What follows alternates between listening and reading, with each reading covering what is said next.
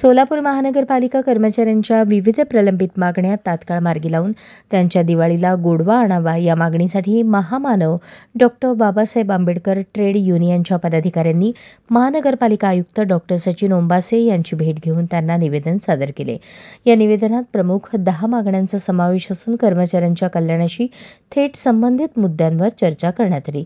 त्यामध्ये 15 ऑगस्ट रोजी जाहीर करण्यात आलेला मेडिकल कॅशलेस विमा तातडीने लागू करावा, 30 जून रोजी सेवानिवृत्त झालेल्या कर्मचाऱ्यांना 1 जुलैची वेतनवाढ लागू करावी, मनपा कर्मचाऱ्यांना शासनाप्रमाणे संपूर्ण 58% महागाई भत्ता देण्यात यावा अशा मागण्यांना प्राधान्य देण्यात आले।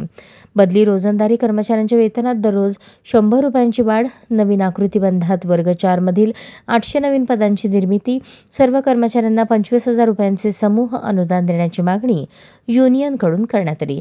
सर्व मागण्यांवर चर्चा केल्यानंतर आयुक्त डॉक्टर सचिन ओंबासे यांनी कर्मचाऱ्यांच्या मागण्यांचा गांभीर्याने विचार करून सकारात्मक भूमिका घेण्याचे आश्वासन दिले।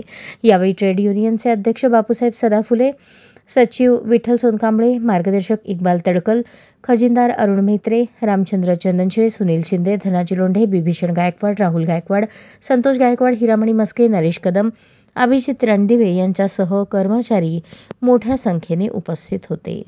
अशाच नवनवीन अपडेटसाठी जनता राज्य न्यूज चॅनलला सबस्क्राईब करा, लाईक करा आणि शेअर करायला विसरू नका।